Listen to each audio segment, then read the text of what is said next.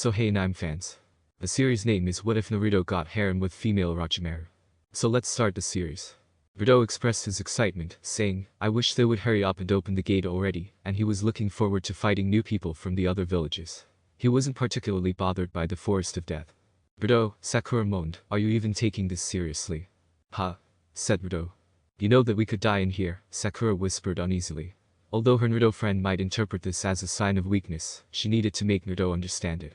Sakura sighed as Naruto remarked, now all these other guys are genin too, I can take him, but as soon as the gates opened and all the teams rushed in, he became sidetracked. He had to leave, and perhaps he shouldn't have had that extra glass of juice that morning. Sakura struck Naruto on the head, saying, Baka. You don't do that in front of a lady. Go somewhere else. As she saw what he was going to do. They waited for Naruto. Itai, he sobbed. You didn't have to hit so hard, Sakura-chan, he said, rubbing his head as he left. His companion laughed. After more than 10 minutes of waiting, Sakura remarked impatiently, what's taking him so long? In the meanwhile, with Naruto. Naruto had gone a few blocks away and was about to return to his team when he heard someone rustle. He tensed and looked around, trying to find out what was causing it. He heard someone laugh, and he growled, show yourself. Naruto scowled as a ninja, the same one who had returned the crazy lady's kunai, appeared. You here for the scroll? He asked, assuming a fighting stance. With a laugh, the shinobi replied, no, I'm here for you. Naruto shivered as he suddenly felt a great deal of color intent emanating from the man as he met his eyes. It was the strongest he had ever experienced, but he had sensed color intent before. He had had people out to kill him since birth. You're not a genin, who are you? He said, not quite meeting his eyes. Orochimaru was shocked but intrigued that the killer intent didn't immobilize the boy, as it had always done to his other opponents. Kabuto, who was able to sense the boy's power, had told him about the boy's power. It seemed that the chakra of the 9 fox he contained was beginning to mix with his own. He considered this. Initially, he had only been pursuing his Naruto friend for his Sharingan, but if the 9 fox brat had changed as Kabuto claimed, he might be the better choice. He licked his lips and said, I'm Orochimaru, pausing to say, Kuchius no Jutsu. The biggest snake Naruto had ever seen appeared out of nowhere, and when Orochimaru pushed it forward, Naruto exclaimed, crap. Sakura and my Naruto pal are back. Sakura said, ah, I feel better now.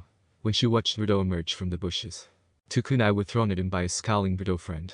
Naruto friend. What are you doing? Exclaimed Sakura. That almost hit me. Exclaimed the Naruto. When the Naruto buddy added, that's not Naruto, his wound is gone from earlier, and he didn't react to the kunai getting thrown at him like he usually would, the real Naruto would have screamed an insult at me and barely dodged. Sakura recognized that her friend was correct. Perceptive, Naruto friend Uchiha, laughed the grass nin from earlier as Naruto proved. Who are you?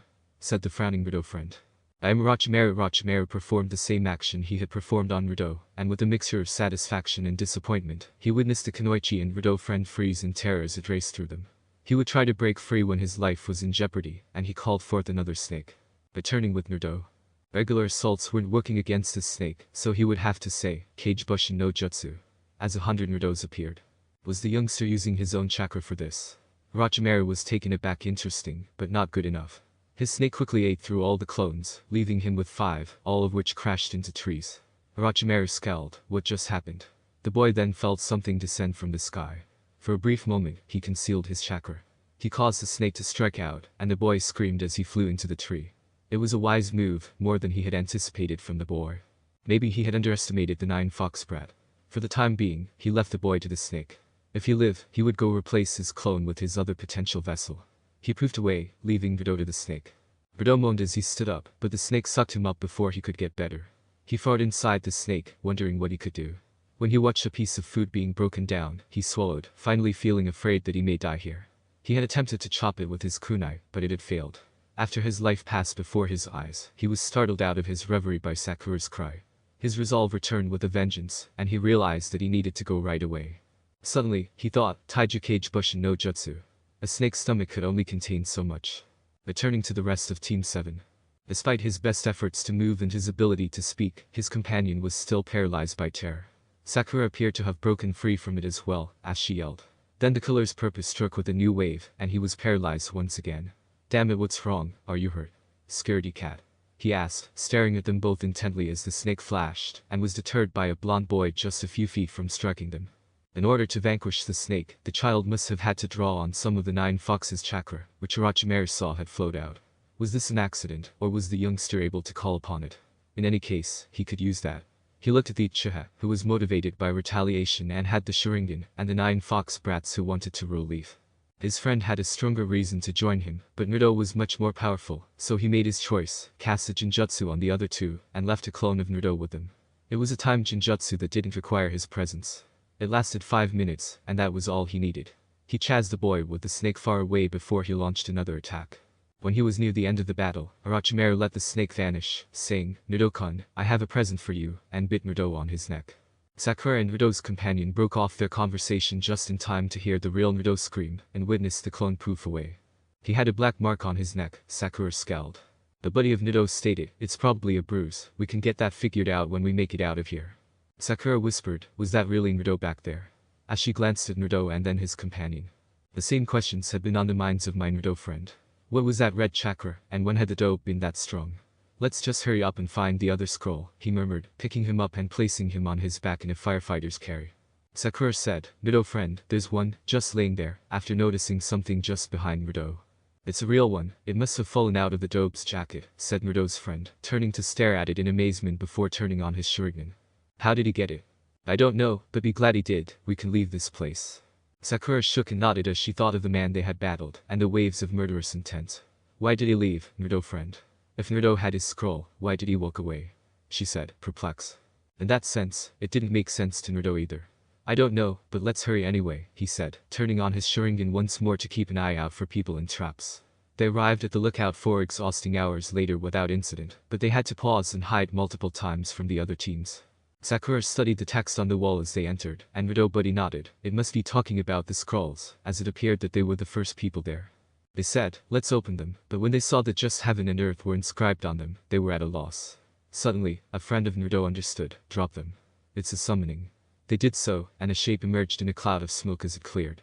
"Ninja sensei," Sakura inquired. When Ninja Sensei looked at his watch, he was astounded to see that they had arrived on the first day, even though it was now night. This much above his expectations, and when he noticed that Naruto was unconscious, he scowled and asked, "When did that happen?" "After we got both scrolls," stated a buddy of Naruto. "You pass, but you'll need to tell me what happened," Ninja Sensei remarked with a sigh. The friend of Naruto nodded. "Have you tried waking him up?" asked Ninja Sensei. Sakura replied, "No, I think he could be suffering from chakra depletion, there was a big fight." When Ninja Sensei said, "We can talk inside, it will be a couple of days before most of the rest of the genin make it here," they went inside, climbed up to the balcony, and sat down. The headmaster hadn't arrived yet and wouldn't be here until morning. "Now, tell me what happened and how you got here so fast," he said. According to Sakura, Naruto walked off. "Why?" "He had to go," stated a friend of Naruto. Ninja Sensei understood his friend's meaning when he said, "Oh," and he started to perspire. When he came back, it wasn't really him, it was an impersonator, Sakura added. "He said his name was Orochimaru," said a friend of Naruto. Ninja Sensei's mind was racing with questions, but he didn't want to startle the genin. "Then what happened?" he inquired, and both genin were embarrassed. "He let off such a huge amount of color intent," said the friend who was looking away. Sakura said, "We couldn't move, he summoned a snake, before it could get us." The buddy of Naruto kept saying, "Naruto appeared out of nowhere, we were still affected, he and Orochimaru fought, a Jinjutsu must have been placed on us." "Explain," Ninja Sensei scowled. "We snapped out of it to find what we thought was Naruto change into a log, and we heard Naruto," Sakura stated, trembling. This time, Naruto groaned and interrupted them, drawing everyone's attention to him. His friend had let him rest against the wall, so he gritted his teeth and said, "I'm fine and I'm continuing the exam." "Naruto," Ninja Sensei said. Even though Naruto wasn't standing, he gave him such a fierce glare that it nearly caused him to back off. "I'm fine," he responded. When Sakura and Naruto's friend looked at their teammate, they questioned whether he had truly recovered, and how quickly he had recovered. In an attempt to numb the agony he was experiencing, Naruto thought back to his time with the 9 foxes. After passing out, he woke up across from a cage in an area that resembled a sewer. He had never been here before, but he knew exactly where he was. 9 fox. "Rat," he growled as a beast approached, just within the cage. The 9 fox was furious because it would require a lot of energy to prevent his container from dying, due to the curse seal. He considered the effects of the seal, not whether he should save his host, that was obvious, and whether he could use it to his advantage. He couldn't allow the seal to reach level 2, though, as that would shorten the lifespan and have permanent effects. He wanted this body, and if he combined it with the cursed seal, he could break the boy, he could take control. After that, he would kill that snake bastard. But how could he restrain it without removing it? In order to prevent the meddling ninjas from finding out, he also needed to make it disappear. One of them had sealed him into this youngster, so he wouldn't be shocked if one of them knew how to take the seal off. Brat, listen to me, he urged. Why? I can't heal the pain, he said, although he could actually stop the anguish as he intended to use it to break the brat. But that seal that snake put on you will take control of you if you don't restrain it, he said. So what are you telling me to do? Step closer. No way. I'm going to put another seal on you to restrain it, but you have to get closer. I'm not going to kill you. I need you alive, remember? It appeared that the child was mulling this over, and he continued also, anyone who asks, you tell them it's a bruise. If you let them know it's a cursed seal they'll throw you out, so don't tell them. You know they're looking for a reason to get rid of you. Because of you. Just get over here. Naruto hobbled forward, and the Nine Fox reached out of the cage and slapped him across the side of the neck. That'll fix it, said the Nine Fox, and Naruto went out in agony. He didn't wake up again until they were inside, Ninja Sensei standing over him. There was a mark on his shoulder, Sakura remarked. With a fake laugh, Naruto said, I heal kinda fast, I guess, pulling down the cloth to reveal a bare shoulder. He was relieved to see that the bite marks and the seal were gone, leaving only a 3-inch by 1-inch scar. The snake smashed me into a boulder, but it left a bruise, but it's gone now. I had some other ones too, he said. Asking, where did that come from? Ninja Sensei replied. The fox was correct. The Ninja Sensei, the headmaster, and possibly the 6th headmaster, couldn't stand against the entire Hyde Ninja village, which wanted him exiled or killed. Kunai, it was pretty deep, so it's only mostly healed. The scar'll be gone tomorrow, Naruto said, feigning another embarrassed laugh. You're lucky to have escaped without more injury, Ninja Sensei stated, and Naruto nodded. Does it hurt? Ninja Sensei had inquired. Naruto's heart leaped. What had he discovered? The kunai injury.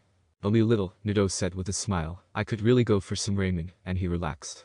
After giving it some thought, Ninja Sensei said, no one thought anyone would be finished this early. I'll have to talk to Headmaster Sama, so he can give you guys something to let you go and come back, adding that they did have a few days to spare, and that no one had anticipated any of the genin arriving this early. Sakura inquired, how will we get back without having to go through it all again? They nodded, and Ninja Sensei departed after saying, I can take you with me, but you guys will need proof you completed, so it won't be seen as cheating. I'll go talk to the headmaster. Will you be okay here for an hour or so? He said, Headmaster Sama, and was taken aback to discover the headmaster in his office. Ninja Sensei. Team 7 had an encounter with Orochimaru, Ninja Sensei stated. Are you sure? The Sandaime asked as he rose. Both Naruto friend and Sakura said they met a shinobi that called himself Orochimaru and summoned giant snakes. Are they alright? The Sandaime asked with a grimace. Ninja Sensei replied, yes, they seem to have beaten the snakes. Then Orochimaru left. Perhaps he's just testing the strength of the Leaf Village. Perhaps, he said, relieved that Naruto and the others were safe, but if the traitor was still present, he would have Anko and a few ninja teams search the Forest of Death. Anything else, Ninja Sensei? He asked.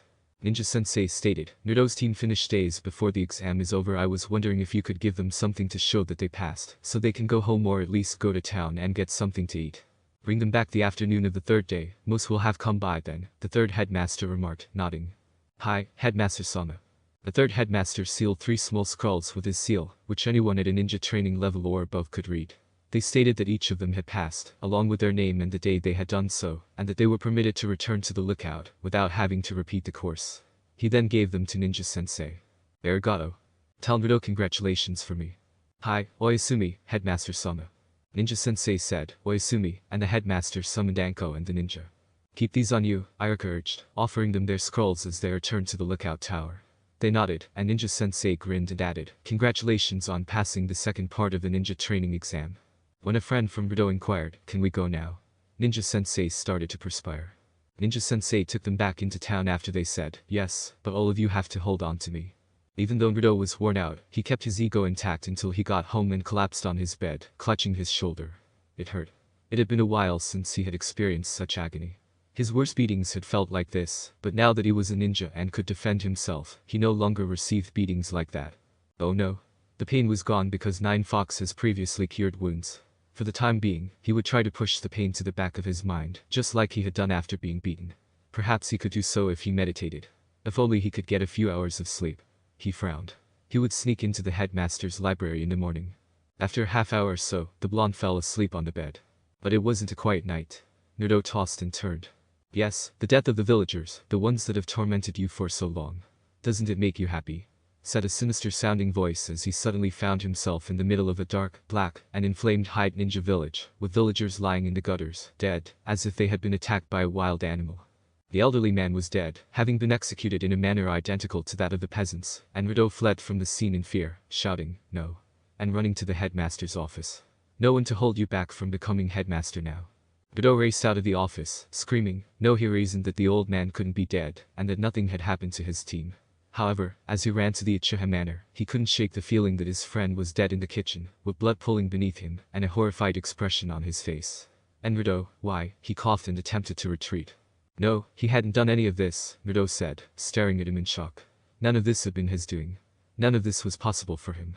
Sakura would be okay, she had to be, he thought as he fled once more.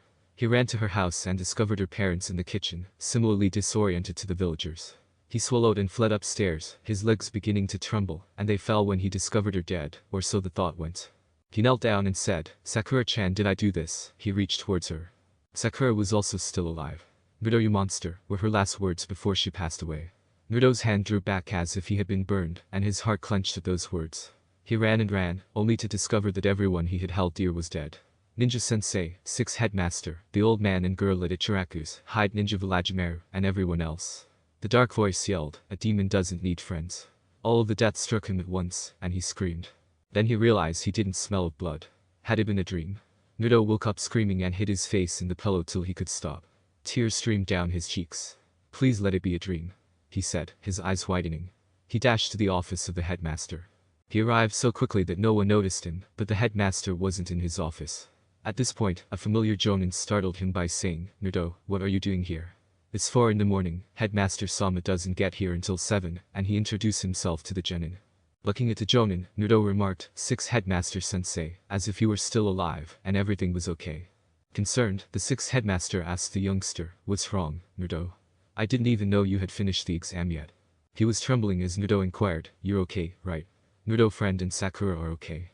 Headmaster Jason is okay. Nothing happened, right? No, Naruto, everyone's fine, it's been a quiet night, why? Said the 6th headmaster. Godot attempted to grin, but ultimately failed because he was too unsteady to do so. Just a bad dream, 6th headmaster sensei, Arigato, I think I'll go back to bed now, he murmured, his voice having somewhat stabilized. In the words of the 6th headmaster, Oi, Naruto, are you sure you're okay? Yeah, I'm fine. As the blonde left, the 6th headmaster scowled. A nightmare. After running in here, the boy appeared to have met the death god, and he looked at him like a ghost. He had never witnessed anything so upsetting to him. It must have been a nightmare. He would pursue him, but he was expected to remain vigilant. The boy was strong, so he could manage it, right? His thoughts were elsewhere, so he returned to watch duty without taking out his tiny orange book. Returning with Naruto. After that, Naruto knew he couldn't sleep, but he had to talk to the 9 Fox. He had learned how to get in touch with him after meeting him following a particularly severe beating as a child, but he didn't do it often. He returned to his apartment and practiced a different kind of meditation. Fox, he said as he found himself in a familiar sewer and in front of a familiar cage. What is it, brat? 9 Fox hissed at his jailer. Godot said, did you give me those dreams? The pain is bad enough. Do you want me to go insane? What was the brat saying about? 9 Fox was quiet. He had not done anything. No, that was that seal the snake gave you, boy. I've done all that I can, he said, realizing that the boy's thoughts must have been distorted by the cursed seal. You made the seal disappear. Can't you make me not have nightmares like that? Please, Naruto said, giving the fox a look that it had never seen him give before. What the hell had the dream been about to shake up his jailer like this? 9 Fox said in disbelief. The youngster who could handle whatever thrown at him because of his strong will. Now that he was vanquished, he could certainly persuade him to agree to anything, but for some reason, he didn't receive the enjoyment he had anticipated. Brat. Show me the dream. He scowled. No? Naruto exclaimed. 9 Fox could now smell panic and fear emanating from him, but it wasn't aimed at him. When the 9 Fox said, then let me look in your mind, come over here, Naruto approached, his mind hazy from fear and fatigue. His eyes were closed as the 9 Fox's chakra whirled around him. The 9 Fox searched the boy's mind and discovered the dream.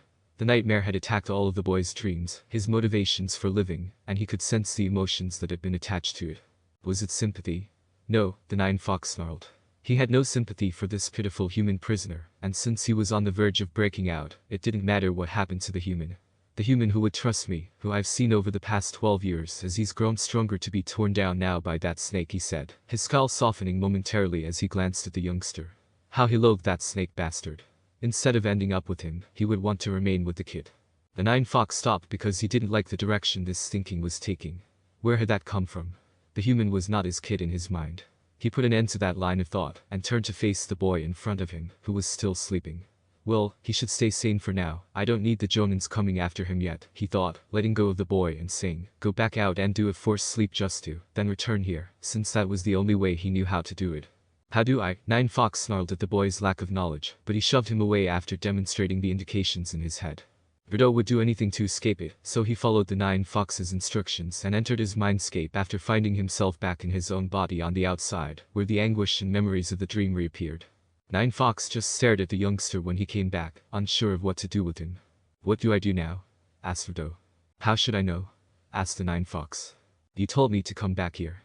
Yeah, I know, it can't get to you here, Nine Fox yelled. When the cursed seal was mentioned, Rideau fell silent. He sat down and looked up, saying, thanks, Nine Fox-san. The child had never treated him with such respect before, so Nine Fox was stunned once more and left stunned. After a few more minutes of silence, Rideau questioned, how much time goes by in here? Time is relative, Nine Fox said. The blonde stared at him and realized he didn't understand. It's however long I want it to be, he groaned. Oh? More quiet. What now? Nine Foxes snarled, why did you bring the Kai? He didn't consider him his kid. First of all, why had he brought the youngster in here? He said, how about making it look less like a sewer in here? Looking around, Rideau said, I can do that. His interruption was, meditate on it, don't ask me how, just do it. Rideau sat in his mindscape, meditating as the Nine Fox instructed. If he had stopped to consider this, he would have thought it odd, but he was so relieved to be free of the pain the seal caused him, and the fear he had experienced from the dream that he didn't currently have any suspicions about the fox. He was simply thankful. In any case, this sewer was disgusting. He closed his eyes and continued to think, visualizing a grassy meadow with sakura trees and a stream on a sunny day. He had discovered that he enjoyed being by himself in the forest there. His eyes opened when he smelled the sakura blossoms, and could no longer feel the dampness of the sewer water beneath him. He grinned and said, Nine Fox-san, I did it. Brad, if you could change it, why have I been living in a sewer for the past 12 years? Nine Fox hissed in admiration, unaware that the mindscape could be altered. Sorry. Rideau paused after laughing awkwardly. Besides, I couldn't come here when I was little, he said. Nine Foxes sighed. Did I do a good job? Asked Rideau. Nine Fox was taken aback once more. Was the boy seeking his approval? Was he now trusting him? Only because he was no longer afraid or hurt. Damn, I'm growing soft, I don't even like humans, he murmured. You did alright for a human. However, the Nine Fox knew that this was the ideal moment to weaken his host and attempt to take over while he was weak. Translated, that means good job, kid. Rideau smiled. How did you? The Nine Fox said, frozen in disbelief. Rideau replied, when you read my mind, some of yours crossed over. You like me? Rideau muttered as the Nine Fox snarled. I do not, I hate humans. That's not what I saw. I lie. You can lie in your mind. Rideau said, startled. No you can't, you were lying now, he said after a minute of contemplation. Nine Fox snarled once more. Nine Fox, kid means kid, right? Do you really think of me as your kid? Rideau asked, looking into the fox's eyes. No one had ever really considered him their kid before, and although Ninja Sensei and the headmaster had been kind to him, this was different. You're getting annoying, Gaki, Nine Fox hissed once more. The boy's expression made him feel bad, and he wanted to strike himself. Damn it, where were these foolish feelings coming from suddenly? He replied, fine, you read my mind, it was there, so what? Do you want something? Rideau looked at the Nine Fox and asked, do you mean it? The Nine Fox snarled, why must you ask such annoying questions? Rideau said, Arigato, Nine Fox-san, with tears in his eyes. Let me leave if you're truly appreciative, the Nine Fox remarked. Then, with some of his old suspicion of the fox still visible in his eyes, Rideau scowled and said, I can't, you'll hurt people again. I don't mean into the real world, the Nine Fox replied, and he thought, not yet, at least. Just out of this cage, out there, he said, gesturing toward the meadow. How? Rideau asked, looking perplexed. Simple, make a button for me, and I'll use it, he replied, as 9 red tails fluttered behind him. The guy with long red hair and a black kimono adorned with golden foxes stood in the dazzling flash. Rideau replied, I don't understand, how did you change to look like that, and how could that work? Wouldn't you get out into the real world? Nine Fox replied, all could soon have a human form, and no, I couldn't, not that way, it would just be a form of me like the form you're in now. It's not possible for me to get out into the real world while the seal is still intact. Even though he still didn't understand, Rideau trusted the fox and performed a cage button, which increased its strength. Before long, he was standing beside the Nine Fox, who had become humanized. Nine Fox grinned, saying, good job, kid, even though the majority of his chakra had been left in the cage. It felt almost like he was outside again, with a breeze. Arigato, Nine Fox-san, what do I do now? Rideau grinned. I dunno, answered the Nine Fox, and he lay down beneath a tree. It was pleasant, and the child's imagination was strong. He soon discovered the blonde's face looming over him. If you're bored, train, he said. Confused, the child said, I can do that here. Yeah. How should I train? Geez, figure it out yourself, declared the Nine Fox with a scowl. When he noticed that the boy's eyes were still on him, Nine Fox sat up and moaned, what? Looking up, Naruto said, well, I was hoping maybe you'd show me a move, Nine Fox-san. The child kept surprised him today, and now he wanted him to educate him. The Nine Fox shook his head. Sure, I've got one, he said with a sly smile. Work on this for a while, he said, demonstrating a technique that was similar to the Rasengan, but invisible with wind. Go practice on the trees, don't kill yourself, it better not get over here either, or I'm coming after you, he said, lying back down. Arigato, the boy said as he fled. You better fix the trees afterward too, shouted the Nine Foxes. Hi. The Nine Fox thought, it sure could get big in here. He assumed that was a benefit of a mindscape. He then grinned and gave the boy a jutsu that required roughly twice as much energy as the Rasengan. Shortly after he began training, he would be mentally exhausted, so perhaps he could get some rest. He intended to make it appear as though the boy was in here for a full day, but it was actually only half a day outside. He would allow the boy to return to the real world at noon, so he could acclimate to it. The brat catches it up quick, he grinned again, after listening to the sounds of the wind whipping and the leaves and branches flying. The tree branch was cut off, and Nine Foxes leaped out of the way to avoid being struck in the head. He snarled and shook his fist at the youngster, saying, Brat, what did I tell you? And followed him. Budo screamed back over his shoulder as he continued to run, sorry. I didn't do it on purpose. As the human-shaped fox demon pursued him. You're going to pay for that, you runt. Nine Fox growled back. I think we went in circles a lot, but it didn't feel like it, Naruto remarked as they continued chasing until they were both tired and collapsed on the grass. Nine Foxes stated, this is your mind, there's enough empty space to run around in. Hey. The Nine Fox moaned, it's also endless space because it's not real, and remarked to himself, looks like my free time is up, but Naruto heard. What do you mean? That scarecrow Jonin came to your house, you should probably wake up. Oh, Naruto said a little dejectedly, I guess I'll be going then, because he had enjoyed being in here with the fox, even if you wouldn't tell him. He knew Nine Fox wouldn't like it anyhow. Come back and fix the damage you did later, said the Nine Foxes as they poofed away and returned to their cage. Naruto grinned and said, hi. Before scowling and recalling the agony from before. Will it? I will help with the pain, stated Nine Fox. I need to get rid of the seal, Naruto stated. Nine Fox pondered, no one in Hyde Ninja Village is capable of fixing it anyway, except maybe that Toad Summoner, and realized that he didn't want to break and take over the boy any more than he already did. He also didn't want to be further imprisoned than he already was. Not even 6 Headmaster Sensei? Inquired Naruto. I doubt it, Yu Yondaime and the Toad Summoner were the only seal masters in Hyde Ninja Village. Naruto grinned. I'll go find him and get him to fix it after this is over. He'll still tell someone. Not if he doesn't remember, he would, Naruto said with a cunning smirk as he glanced at Nine Fox. Knowing what the youngster was talking about, the Nine Fox asked, when did you pick that up? And was taken aback. Earlier, the Oblivion technique, it makes the target forget the last 2 to 24 hours, depending on the chakra used. As Naruto faded back into reality, Nine Fox grinned at his own joke, saying, I like the way you think, kid. Now, get out of here, before you scare the scarecrow. 6 Headmaster Sensei. What are you doing here? Said Naruto as he awoke to find the 6th headmaster standing above him, a worried expression obvious in his eye. Just came to check on you, that's all, remarked the 6th headmaster, who was happy that the child had woken up after attempting to phone him several times without receiving a response. After noticing that it wasn't yet light outside, Naruto checked his clock and saw that it was 6 in the morning. This early? He asked.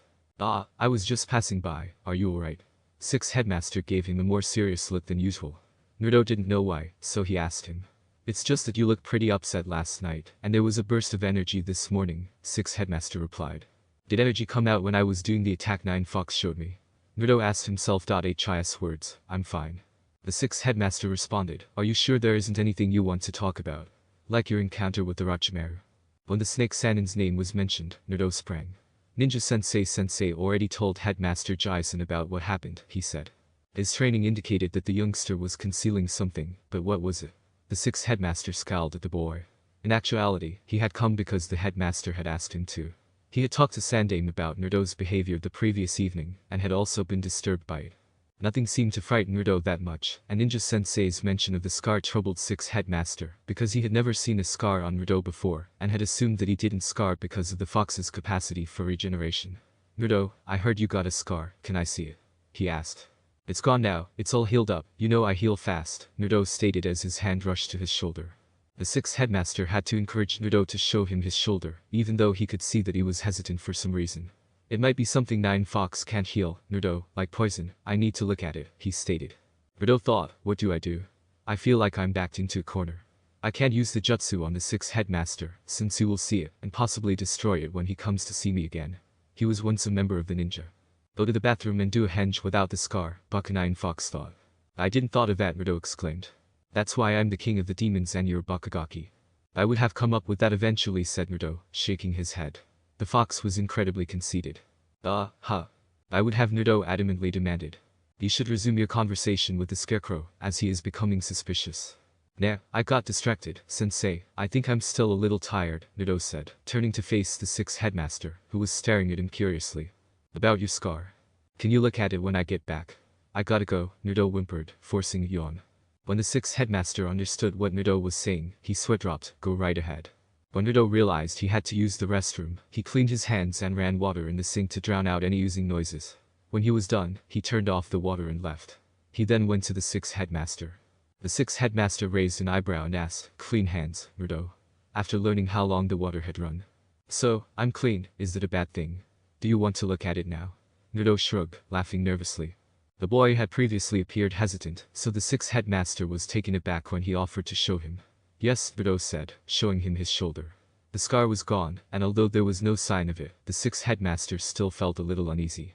He sighed and said, okay, I guess you were right, Naruto. Just make sure you show up at noon tomorrow at the headmaster's, so I can take you back to the tower, okay? Naruto nodded, and the Jonin departed. He had purchased it, and although he didn't think it would work, he was trying to fool the Sharingan sixth headmaster did. He grinned until a sharp pain from his shoulder flared up, and he grimaced, but it quickly went away because of Nine Fox. Thanks, Nine Fox, Naruto said, deciding to spend the day practicing the jutsu that Nine Fox had demonstrated to him. He got dressed, got up, made himself some ramen, and went outside to train. It was a fairly hot day, so Naruto sighed and decided it would be nice to take a dunk in the stream. He stripped, leaving him in an orange pair of shorts, and stuck his foot in the stream, saying, BRRR, ah, feels good. He dunked his head in, and then came up and shook it. He had been training hard since that morning, and he needed something to do to keep his mind off things. Even with Nine Fox's assistance, he could still hear the mutterings of the curse mark at the back of his consciousness. After a minute of sitting there, he said, that feels better. Then, surprised, he glanced around and asked, who when he saw a pink-haired Kuninichi he recognized, he said, Oi, Sakura-chan, what are you doing here? Naruto, what are you doing here? Sakura began. It had been a bit hot that day, so she had gone down to the stream to cool off. When Naruto arrived, it would be strange. Just cooling off, I've been training, was Naruto's response. Training? Why? This is supposed to be a break, Sakura inquired. To keep myself occupied, answered Naruto. Sakura gave a headshake. As much as I'd like to see Sakura in a swimsuit, I'm sure she wouldn't want me to, he said, grinning as he got out of the car. I was going to go get some lunch anyway. See you later, Sakura-chan, he said, realizing that she was carrying nothing, and that the only reason she would have gone to the stream was probably because she wanted to swim as well. Sakura paused, wondering why Naruto hadn't asked her to join him or go out with him. Naruto? He asked, seeming melancholy for a while. Hi. Naruto partly turned around. Are you okay? I'm fine, Sakura-chan, just a little hungry, and I think maybe I trained too hard, Naruto said with a small giggle. He then scratched the back of his head, smiled at her, and left. Sakura was still a little concerned by something, but she put it out of her mind and sighed happily as she entered the water. It was a very hot day. Knowing that Sakura would never truly like him, Naruto pushed down the depression that wanted to rise. He sighed, thinking that maybe Sumichiraku would lift his spirits. He walked to the bar, trying his best to ignore the glares he received from the villagers, but it was more difficult than usual because there was a small voice in the back of his mind telling him to exact revenge. He approached the bar in relief and said, Hello, Ichiraku-san, when he noticed that his friend was there. His eyebrows twitched in annoyance. Were they following him around or what? When Naruto's friend saw him enter the pub, he wanted to speak with him ever since they completed the D-Naruto section of the test. When his friend called him by name, Naruto tensed up a little. He never did that. What did he want? If he's being kind, he must want something. Team? He asked, as he would have if they had been speaking regularly. Despite his little grumble, Naruto's companion said, I want to talk to you about the Forest of Death. About what? It wasn't a fun time, I'd prefer not to go over it, Naruto remarked with a frown. What happened when we got separated? Was the question that Naruto's friend asked because he was a little concerned about his conduct and had never seen him frown before. I fought that ugly missing Orochimaru. I fought him as hard as I could. After he thought he had beaten me, he left. That's it, Naruto said, recalling the agony of removing the seal and the 9 foxes that leaked out during the battle with the snakes, and meeting the snake Sannin. He had already gotten his ramen and consumed it rapidly. How did you fight him? The intent, inquired a friend of Naruto, who could see that wasn't the case. I've dealt with a lot of color intent, I'm used to it, Naruto replied, turning his head away. He then got up and walked away, leaving his companion to wonder what he meant. What he meant when he said that. Naruto's pal sat and examined his empty bowls and the coupons underneath them. Has he faced with many murderous intents? Where did you get it? He scowled, wondering what Naruto was concealing. Naruto hadn't been on any more missions than he had. Enko, meanwhile, was strolling through the town center when she felt a brief tingle from her mark. She turned to see that a young blonde she believed she knew had just gone by her. Odd, but why would the mark react to him? She approached him and turned him around by grabbing his shoulder. What? Naruto asked, looking at her for a few seconds.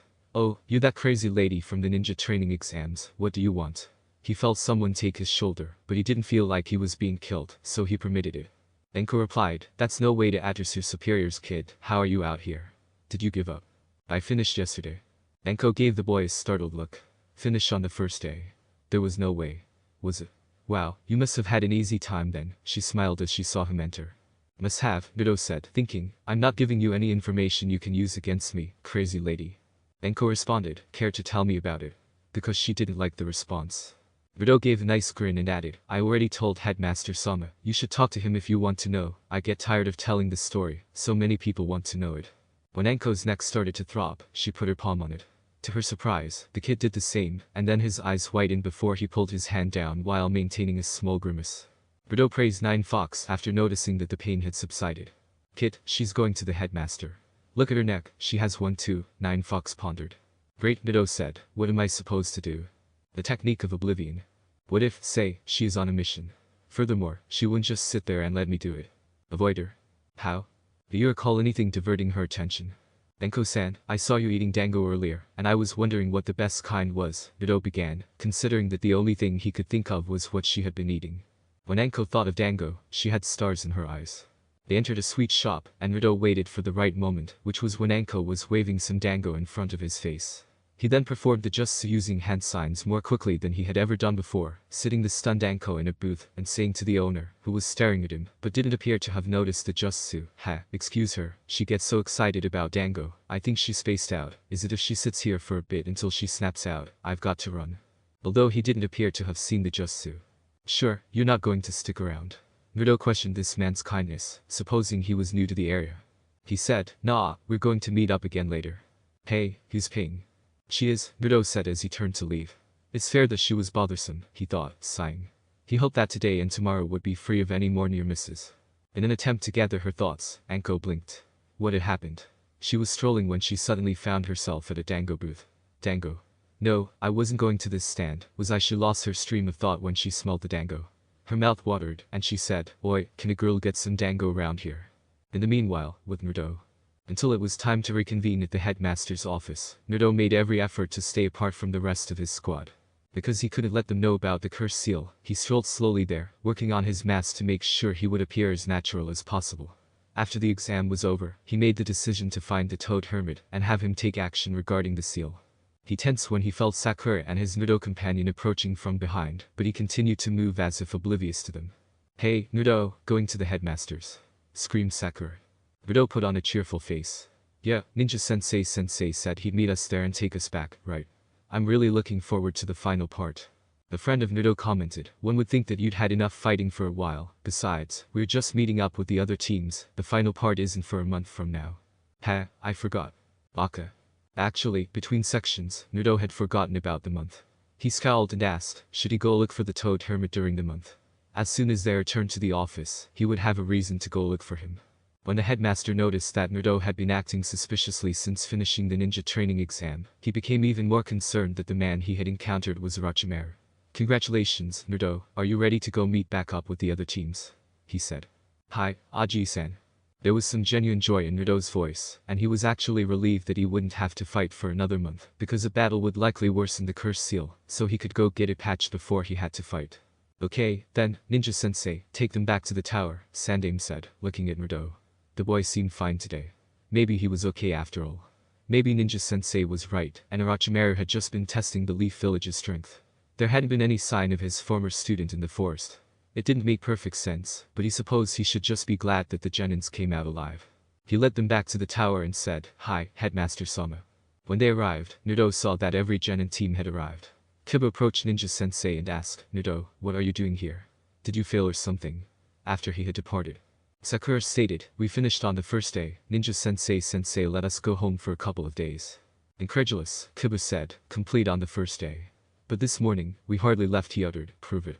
After letting out a sigh, the Naruto companion threw one of their scrolls to Kiba, who read it and fell silent. "How could the idiot's team have finished that fast?" he asked. "That must be a record or something, even with that rude person from Uchiha." Naruto had left a few minutes earlier.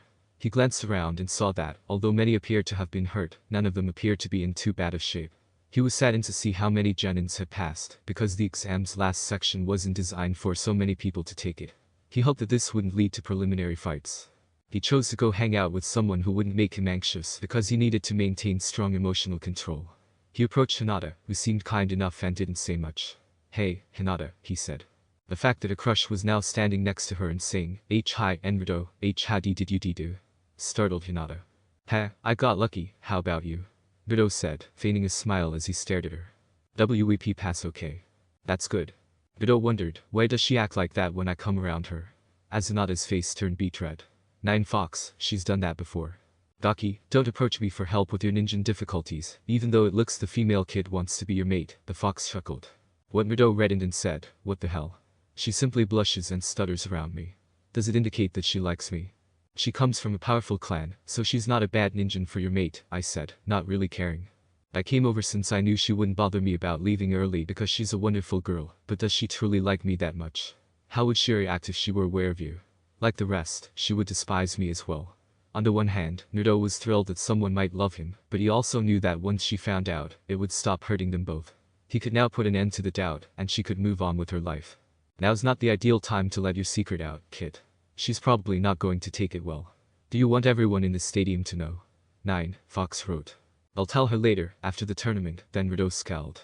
The prospect of her response made his neck ache and his heart tighten. "Damn it, I've got to retain control of these emotions, no extremes." "Nani? I didn't hear you," he said, realizing Hinata had been speaking to him. "I can't afford for this thing to activate. 9 Fox's seal won't stop it completely," he continued. "I asked if you were okay," Hinata said, more red-faced. Naruto said, "I'm fine, I was just thinking," with a half-smile. He looked so sad for a moment. "I wonder what he was thinking about," Hinata pondered. 9 Fox, who would ever want to be my girlfriend?" Naruto pondered. "I know Sakura would accept me much less than Hinata, and she doesn't even like the way I look today, so I've been pursuing her as a phony." "Talk to the girl," 9 Fox wrote. "I thought you were getting off that subject."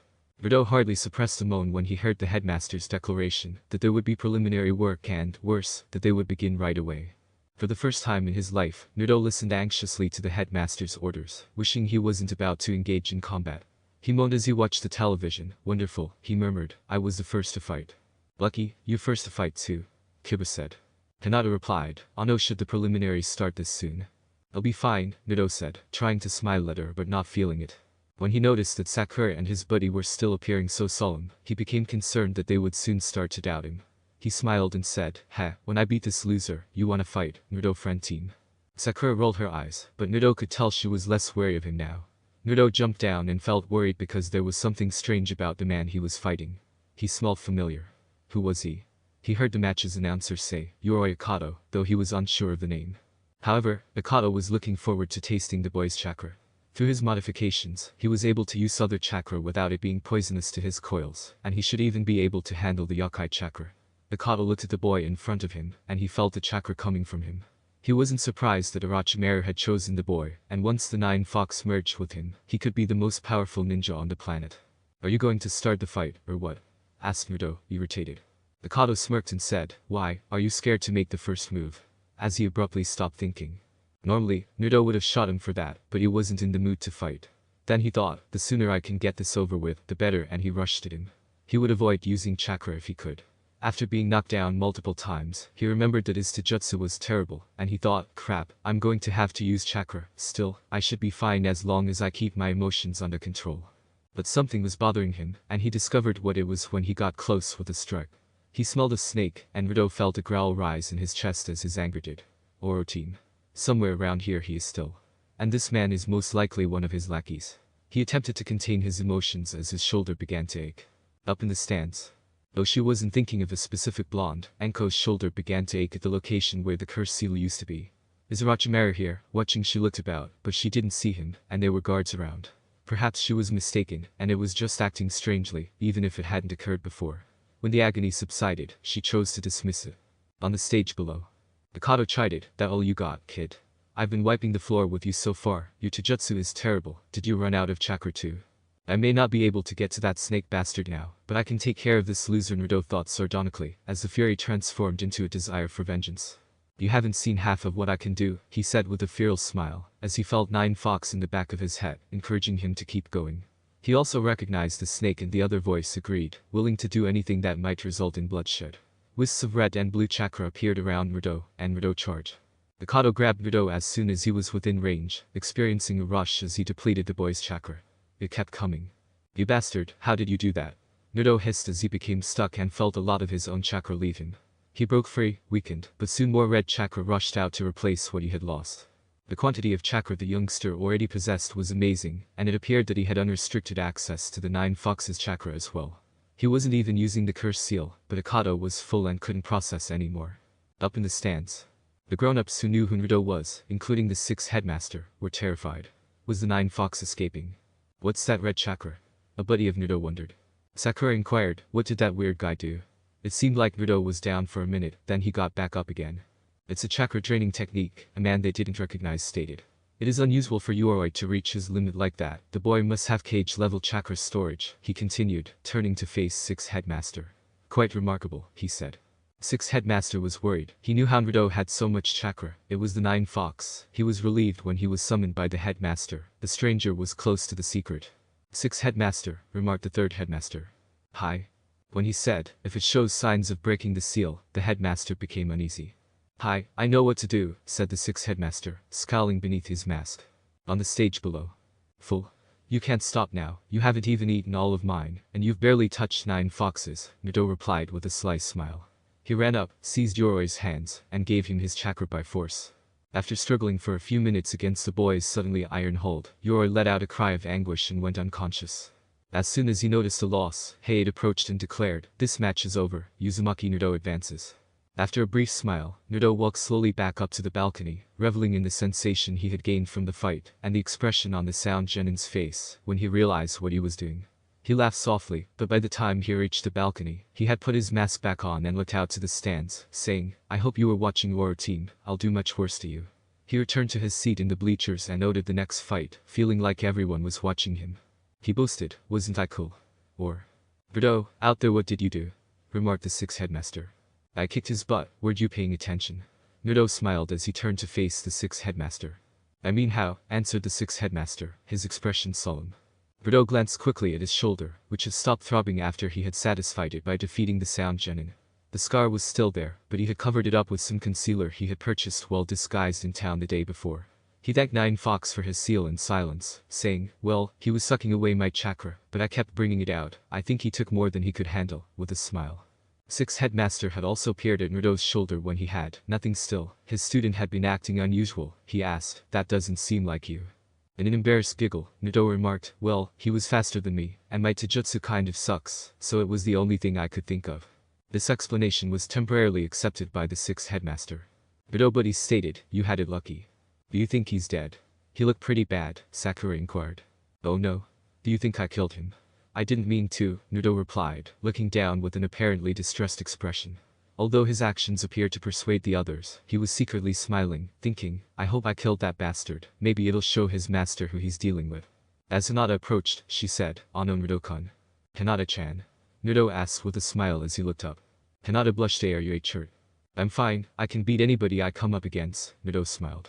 I be brought you tea this," Hinata remarked, passing him a little pot. "What is it?" he said after opening it and taking a whiff. "A salve," Hinata said, blushing even more. "Oh, thanks, Hinata-chan." He took it out and applied it on the cuts he had acquired. Hinata smiled and walked away, still blushing. "I wonder how Bug Boy will do against one of Oro team's henchmen," Naruto mused, smirking slightly. The next fight pits Abiram against another one of those Soundin. I bet this one is another one of the snake bastard's lackeys. Naruto watched with delight as the insect boy defeated the Sound Nin. It was rather gory, as the Nin's arms exploded, but he enjoyed it. Sound Nin deserved it because he worked for that snake bastard. He didn't watch the next fight, but he did show some interest in the one that followed. It involved Sakura and the loud-mouthed blonde girl she appeared to be friends with. He watched the fight with some contempt. It wasn't like a real ninja fight, and the blonde was the better fighter. At least she knew a decent jutsu.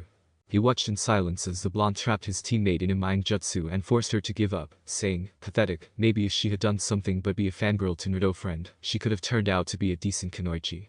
He put his mask back on when she returned to the stage, looking completely humiliated. "It's okay, Sakura-chan, he said. With tears streaming down her face, Sakura yelled, "Shut it, Naruto. I got taken down by one jutsu. What kind of ninja am I?" Normally, Naruto would offer some consoling words, but he didn't feel like it. "Well, just train harder next time, you'll make it. You haven't spent much time training," he said, and his team turned to him in surprise at his sober response. Ignoring them, Naruto watched the next fight. This time, it was between two kunoichi, one from leaf and the other from sand. He bet on the sand kunoichi, and he was right. The fight was brutal and ended too quickly. Nevertheless, he appreciated the way she handled business, and now she was a kunoichi deserving of respect. "I suppose one can afford to be lazy when you can do things like that. I wish that wasn't a bloodline trait. It'd be a good jutsu to have," he said, watching the next fight with a little less interest, until he noticed that the lazy shadow user was paired up against another nin from sound. He then scowled, suddenly becoming more interested as she appeared to be winning, but then grinned at the end when Shikamaru won by backing her into a wall. It wasn't a particularly interesting match, but he liked the expression on Kiba's face, and chose not to call him out, because he wasn't known for mocking and needed to keep his mask flawless to avoid suspicion for the remainder of the test. The next match pitted his other teammate against the dog boy, Kiba, and Uchiha easily defeated Kiba with a few of his fancy fire attacks and some taijutsu. "Don't listen to him, Hinata. You can beat him. You're stronger than you think. Don't let other people keep telling you you're weak, show them how strong you are. You can do it." Naruto yelled as the Hyugas fought in the 8th match. He had remained silent in the previous fights, but Niji had always annoyed him, and he believed that Hinata had the potential to be a good ninja if she could overcome her lack of confidence. Hinata looked up in the crowd, just as Niji's words had started to have an impact on her. He had called down and his words gave her hope, and it meant the world to her that Naruto believed in her, and thought she was strong. She felt her confidence return and thought, "I will not make Naruto-kun a liar. I'll put everything I've got into this." With resolute gaze, she faced Niji again. "I will not give up." "It's your funeral," Niji scowled. They started fighting, and Naruto scowled when he saw that despite Hinata's best efforts, the haughty Niji was still beating her and making fun of her while he did it. This infuriated him, so he grabbed his shoulder and said, "Team," closing his eyes as he realized he was starting to feel angry. "Crap. Someone is going to discover what happened, therefore I can't lose control.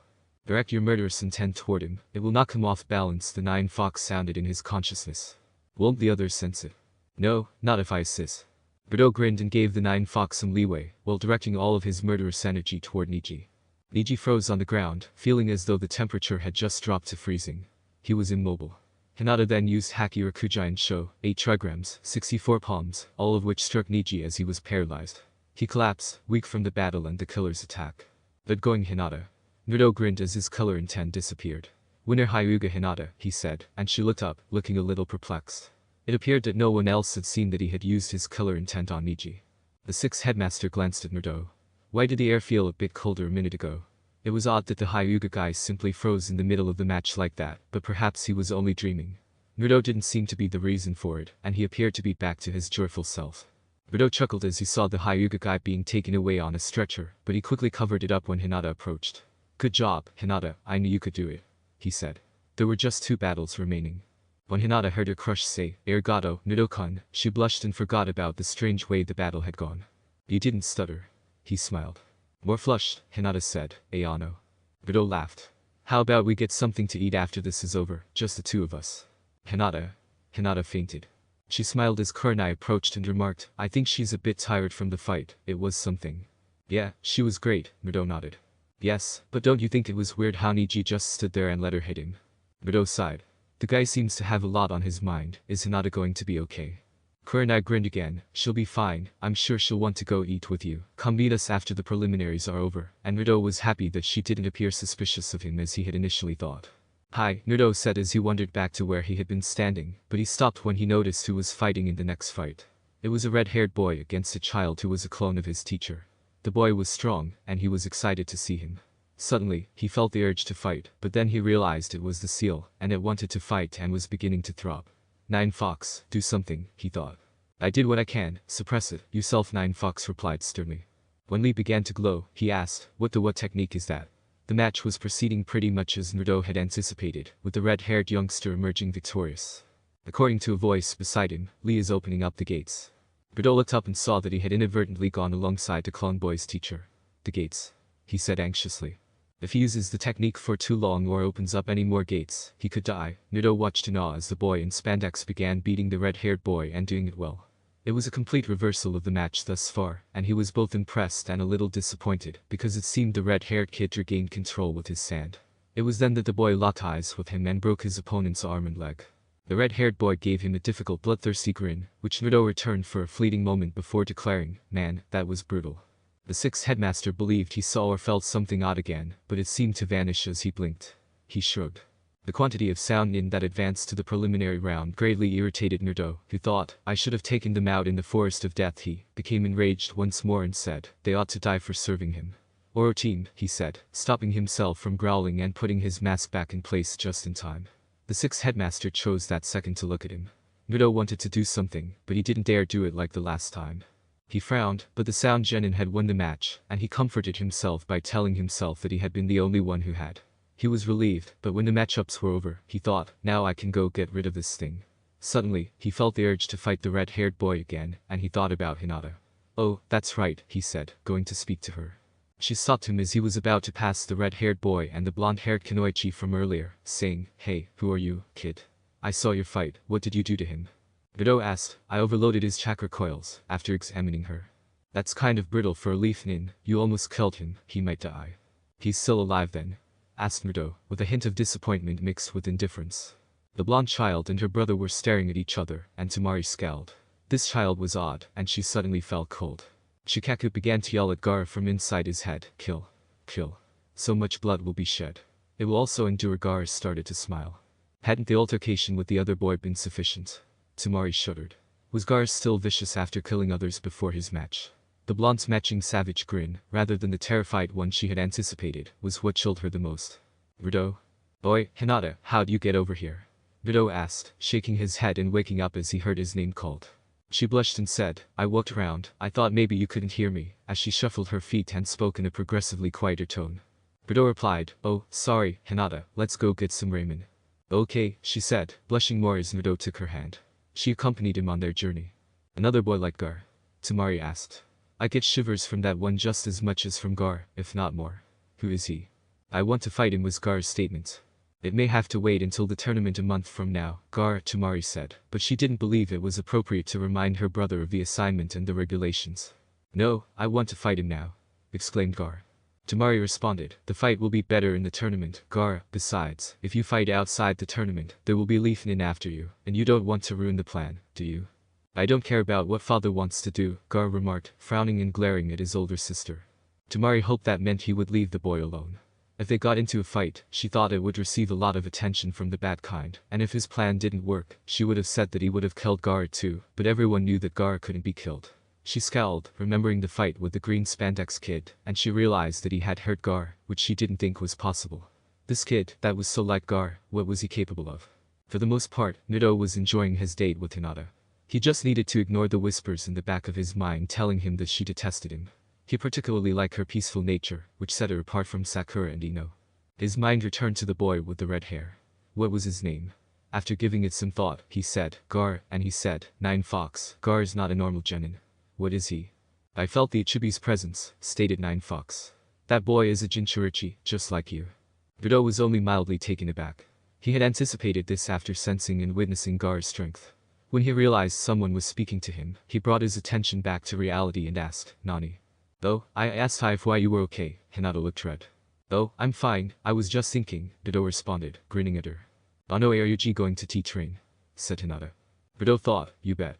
I'm going to roll in the real fights," and flashed one of his phony grins. He had been planning to go find the hermit and beg him to remove the foolish seal around his neck, but he couldn't tell her that or that he was going to look for him. Who or why you going to T-train with? Although he really didn't want to train with the perverted Jonin, Naruto said, I hadn't thought about that. I guess I'll ask Sixth Headmaster Sensei," because he believed that was what would be expected of him. His team leader had done very little to help him train. He had only supported and cared for his friend. He shook his head to get rid of the negative feelings that were beginning to accumulate, and he asked, "What about you?" I'll train with Kurenai-sensei and father, Hinata remarked, pausing to give him a closer look. Niji stopped like that during our fight. He was looking at you, she said. Rido scowled, hoping she wouldn't ask that question. He shrugged and said, beats me, Hinata-chan, maybe the sun caught off my hair or something. He smiled at her, and she blushed. They ate as their food arrived, and Hinata let it fall after the Chan remark. As he returned home, he smiled and thought about the girl. She's nice, not at all like Niji. I wonder if she might still like me if I told her. Rido murmured, okay, I get it, shut up, as he was bombarded with mental images of the girl running, screaming, or standing there in horror. He wasn't sure which of these images was coming to him, but he didn't want them at the moment. When he got home, he sat on his bed and thought. He lay back on his bed and asked himself, how am I supposed to find the old guy anyway? He hadn't given it much thought until now, but he figured it wouldn't hurt to try to get some information out of Sixth Headmaster, though he'd have to be careful. He got up and decided to go look for his perverted sensei, knowing a good couple of places to check. He left and jumped across the rooftops. He passed the hot springs on his way to the bookstand where his sensei purchased his orange books. A man with long, spiky white hair stood outside the bathhouse. Hey, he said. Quiet, kid, the father said. Who are you? I don't recognize you. Leave me alone, I'm busy. Too busy to talk for a minute. Yes, go away, Gaki. Rido was irritated, but he knew what to do. He smirked and yelled, there's a pervert. A scream went up, and soon the women were out chasing the white-haired man. Rido watched from the building he had jumped on top of, laughing, and he served the pervert right. He should have known better than to spy at a bathhouse that Kunoichi used. After a few minutes, the man doubled back, looking like he had at least one black eye. Get down here, kid, Jiraiya said, looking up at the child in frustration because he had been caught. So, who are you, besides an old pervert? Rido jumped down. Jiraiya gasped. I am Jiraiya, the mighty and powerful Toad Sannin. Rido interrupted him and said, Uzumaki Naruto. Startled, Jiraiya glanced down at the boy. Was this his son? He sighed, why are you outside the bathhouse anyway, kid? You called me a pervert, but you're kinda young, aren't you? Despite his own embarrassment, Naruto said, I was looking for my sensei. At a bathhouse. Who's your sensei? Paddock 6 headmaster. I know him, he's my best customer, Jiraiya stated. Of what? My books, the Icha series. Rido couldn't believe it. Instead of training them, the great Toad Sannin authored the perverse literature that his sensei was constantly reading. We're all grown-ups that way. He sighed. He hadn't planned ahead and couldn't just think of it now, could he? Meeting the Sannin was unexpected. He started to speak to the Sannin, but everything went dark as he got a headache. In his thinking, Naruto asked, what's going on? Nine Fox, however, he wasn't near the cage. Instead, he was in a pitch-black area where he couldn't see anything. Someone said, you cannot tell the Sannin, the ninja training exams are not over, do you want to be a genin forever? Naruto sighed. The Sannin will report to the headmaster and you will become a threat. I'll use the Oblivion Jutsu, Naruto scowled once more. He is a Sannin, he could undo it, Naruto scowled. Could that be true? For a minute, he thought it sounded like Nine Fox, saying, wait until after the tournament, but then he frowned and said, he's talking. When the seal began to hurt, Naruto questioned, what then? I want to get rid of this seal. He winced. Nine Fox, you said you'd take care of it, he said. I will try to control the seal as much as I can, but I can no longer control the pain all of the time, said Nine Fox's voice, and Naruto grimaced. Nine Fox growled in his cage, which was now covered in a blackness that made it impossible for him to see through. He had assumed that he had taken care of the seal, but now that he couldn't communicate with Naruto, he was unable to do so and snarled.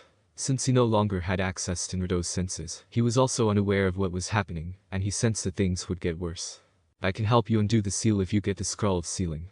The one in the headmaster's office. Yes, it's the one your father used. The Nine Fox snarled as he heard the curse being applied to his kid. How was the snake causing this? He could hear what was happening now, but nothing else. It was like being blind, and he detested it. How did he discover that the yondaime was the kid's father, and did he somehow lose his mind? With a startled pause, Naruto asked, what? What did you say? Your father used the scroll of sealing, he created the seal. Naruto scowled and said, my father used the seal, to seal you and me, but the yondaime sealed Nine Fox into me, the fourth is my dad. This caused Naruto to experience a flurry of emotions, including anger because no one had told him, pride because his father was a very strong shinobi, sorrow because his father had done this to him, sorrow that quickly turned to anger as well. And memories of how alone he was and the suffering he went through because of the villagers all, because the yondaime had chosen him, his own son, as a sacrifice. When Naruto returned to reality and saw the Sannin jabbing him in the brain, his anger became to hatred, and he felt pain shoot through his entire body. Naruto roared. The child's eyes flashed red, startling Jiraiya, but then it was gone. The boy leaped to his feet as abruptly as he had fallen and fled, and while Jiraiya was debating whether or not to pursue him, he vanished. In a nearby hotel. On the balcony of the apartment where they were staying, Gar's thoughts were focused on the blonde lad. His hand suddenly rose to shield him, and he looked down to see the boy from earlier. He frowned in response to the assault, but then became ecstatic because he wanted to battle him and see his blood, and now he had his chance. When Naruto saw the red-haired Jinchuriki on a balcony, his anger had led him there. He was so furious that he tossed a kunai and a shuriken at him and said, "Calm down." Gar smiled and said, "I will enjoy this, you will prove my existence," as he sprang to the ground, the sand cushioning his landing. "Nice words for someone who's going to soon be torn into shreds," Naruto said, matching his smile. His voice had become lower and more feral. Suddenly, the pain flared up, and Naruto grunted, feeling a lot of his strength. However, after that, he reveled in this amazing feeling of power, which was far more potent than his or the Nine Fox alone. Then, the bloodlust returned with full force, and he yelled, "Fight me," and ran at the red-haired boy. The youngster was too quick for the sand, and Gar noticed that he had claws now, and that a reddish-purple chakra was evaporating around him. Marks had emerged to cover his body. As the child struck, he collided with the side of a building. He got up and smiled wildly, transforming himself as well. Sand began to envelop him. When Naruto noticed an eye staring back at him, he attacked a ball of sand and began to burst through it. However, he was hit by a blast of sand and something that was part boy and half monster. "Let's get serious," he said as he crashed into another structure. As the battle spread into the center of the city and managed to destroy at least one structure, Gar's vicious smile was mirrored by Naruto. The city was about to be destroyed when the ninja who had been dispatched to investigate after the initial crashing noise reported that the Nine Fox brat was engaged in combat with one of the Sand Nin, who also appeared to be a monster. If Nine Fox had broken the seal, Sandaime scowled. He summoned 10 of his best jonin and ninja and led them to the battleground. When he arrived, he saw a scene of devastation. 2 buildings had been destroyed, and many more had been damaged. What he saw horrified him. Naruto had red and purple chakra swirling around him, and the Sand Nin was half transformed into some sort of demon. When he got a better look at him, he gasped, seeing swirls of black, a curse mark. As the ninja rushed in to intervene, the jonin he had summoned remained behind, and watched as the fight threw the ninja back, waiting for the headmaster to give the order. The boy possessed one of Orochimaru's curse seals, and that appeared to be what was going on. The third scowled, not knowing what to do. Why hadn't anyone brought this up? More chakra was purple than red. He went to the ninja and jonin who were still standing and shouted, "Stop the fight, be careful, don't kill either of them unless absolutely necessary," and they agreed. This conflict had to end. The interruption infuriated both Gar and Naruto. "Sixth Headmaster, you've been nothing but a hindrance to me," Naruto growled as he approached him, and he struck him out of the way to continue fighting Gar, the person he was most interested in fighting. The jonin flew, and after a minute, Naruto broke off the fight with Gar and yelled, "How could you not tell me? My father." He struck out at the headmaster, who was surrounded by ninja and jonin. "He did this to me." "Why me? Why? You never told me," he said, growling and pushing them away. They needed a better technique. The headmaster became concerned when the red chakra began to blend in with the purple evenly, and the boy continued tossing ninja away. He thought he should be thankful that the men were still alive, and that the possessed Naruto appeared more interested in continuing his battle with the Sand Nin than in killing the men. Perhaps someone could still win the boy over. "Yumino Ninja-sensei, 6th Headmaster," he said, turning to face the jonin. The academy teacher arrived in a matter of minutes after the 6th Headmaster had already left. Naruto rushed into someone in front of him as he resumed his battle with Gar. He halted for a while before crashing into him, his expression showing some bewilderment. Was it a buddy or someone familiar? "You don't have any friends. Naruto, please, stop this." The voice, he trusted, was a nice voice, but who did it belong to? Naruto shook his head, attempting for a while to rid it of anger. "Ninja-sensei. Ninja-sensei-sensei." Naruto gripped his shoulder as the mark started to fade. Naruto clutched his shoulder as a sharp pain ran through it, his head felt fuzzy, and he moaned, "What? Why?" before he looked around and saw that the red-haired boy had vanished. He attempted to free himself, but the headmaster was standing in front of him, still restrained by the ninja. "Uzumaki Naruto. Bring him to my office, Ninja-sensei, 6th Headmaster. I want you to, Genin, stay with your jonin teachers. Naruto friend, Sakura, stay with Kurenai," Sandaime said, sighing as he saw the damage this battle had caused. The child had worked so hard to be accepted. The red-eyed, black-haired woman, still in disbelief over what had just transpired, glanced down at her charges and murmured, "I will take good care of them," believing she could even feel astonishment emanating from the stoic Shino and Hinata, who were stunned.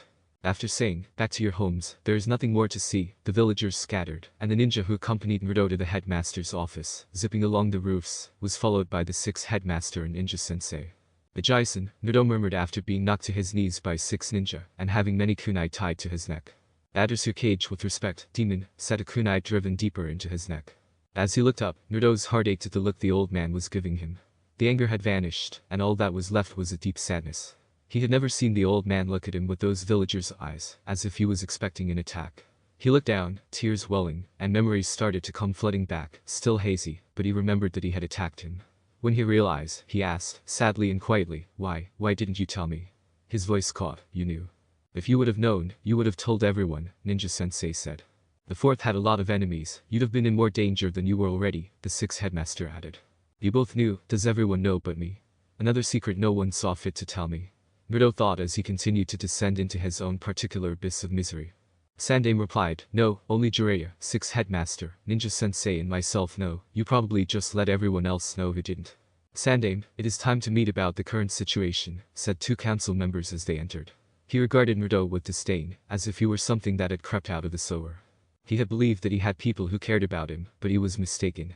They all wanted to control him or didn't want him at all. Naruto waited with his head bowed, sobbing inwardly, unaware that tears were streaming down his face. Ninja-sensei had mixed thoughts about his young former charge. He had associated with him, but after seeing and doing what he had, he was unsure of him. Was he still the Naruto he remembered, or had he turned into a monster? Within the meeting, the headmaster entered and took a seat. The conversation began swiftly. You are all aware of what occurred in the city today. The Jinchuriki Uzumaki Naruto destroyed several buildings downtown, displaying the demon's energy and the seal from Orochimaru. The seal is weakening. We should execute him before the 9 Fox breaks free. Sandaime stated, the seal is intact. The boy seems to have no memory of what took place. The seal Orochimaru uses has an effect on the mind. The boy told you of what happened in the Forest of Death, that he met with Orochimaru. Did he tell you about the seal? He did not. The only reason why he would hide it is if he is working with your former student. I will speak with him about that, Sandaime stated, scowling. It was true that Naruto had kept information from him and that counted against him. Another of the elders said, we have let the boy live for far too long. It would make more sense to kill him now, before either the seal or demon take over, and he betrays or destroys Hyde Ninja Village. I will have Jiraiya look at the seal and Haddock's 6th headmaster to restrain the curse seal. Let us wait to see if this can be fixed, Sandaime stated, scowling. He had to figure out a solution to save Naruto. Someone spoke up. He threatened the village, he will do it again. He has been a monster since the day he was born. You saw him fighting with the other one. He has no control. Would you keep Jonin and Ninja off missions to guard one boy when it make more sense just to kill him? Another elder said, you must put the needs of the village over an individual. The council is aware of the feelings you have for the boy, but which is most important to you? Would you spare the boy and have him destroy the village and kill the people you have sworn to protect? Knowing that it would be nearly hard to stop the blonde's execution, Sandaime's thoughts raced, trying to think of something different. What of exile? He said, hating the idea, but at least the youngster would survive. The council's agreement made Sandaime's heart sink. And give him the option of defecting to Orochimaru without consequence. He must be killed. Sandaime begged, give him a month to look at the seals, 6th headmaster and Jiraiya. If he cannot be stabilized in that time, then I will assent to the execution. The eldest said, the Jinchuriki Uzumaki Naruto will be given a month to stabilize. During this time he will be under ninja and jonin guard at all times, in addition to having his chakra sealed away during this time, and he will not leave his cell. If he stabilizes by the end of this period, he will be stripped of his rank, and be given permanent chakra restriction seals, and allowed to live as a civilian under supervision, he said, indicating that they didn't want to confront him directly. Alive was better than dead, right? The Sandaime scowled, not sure whether the youngster would not be happier dead, but he couldn't sign his death warrant, because at least he would survive. I assent to this arrangement, he sighed. Naruto sat in his cell, broken. He had been interrogated by Ibiki and 6th headmaster, and then he had been subjected to a very painful evil sealing technique, and the equally painful chakra restriction seals. Finally, he had been told of his sentence by Ninja Sensei. He looked up out of the bars and saw 2 ninja guarding the door. He suspected there were more than that. He thought, what's the point of living? Everyone hates me, even those that I thought. His throat grew hot, and he choked out a sob. Even those that I thought loved me, and I worked so hard to get them to like me, and now everyone knows that I'm a monster. Even if all of this works, I'll never be a ninja. I'll be under guard for the rest of my life. He hadn't failed to notice that the ninja had left him a kunai, even though they weren't supposed to. It wouldn't do any damage to the cell, but if he cut deep enough. He took out the kunai and looked at his reflection in the knife. His hair was a mess without his hightate, which they had taken from him. His eyes were red, but not red like 9 Fox, red from crying. He smiled a sad smile. I was stupid to think I could be something I'm not. I really am a monster. He held his kunai to his wrist and cut it deep, gritting his teeth as the pain came. He cut his other wrist, and hoped that the chakra restriction seals would keep 9 Fox from healing him, this once. He watched, detached, as he blood flowed down his arms and dripped into puddles on the floor. Drip drip drip. It wasn't long before he descended into nothingness. Since he hadn't checked on Naruto since the boy had been confined, Sandaime made the decision to do so. What he saw startled him. A motionless Naruto with blood puddles next to him. He went straight to the cell and saw the ninjas standing outside as if nothing had happened, and he felt bad about sending the 6th headmaster and ninja sensei back to their jobs. "You're supposed to be watching him," he yelled. Some of the ninja appeared surprised, while others did not. "What is the matter, Headmaster Sama?" "We are making sure the prisoner doesn't escape. Those were our orders," Sandaime scowled.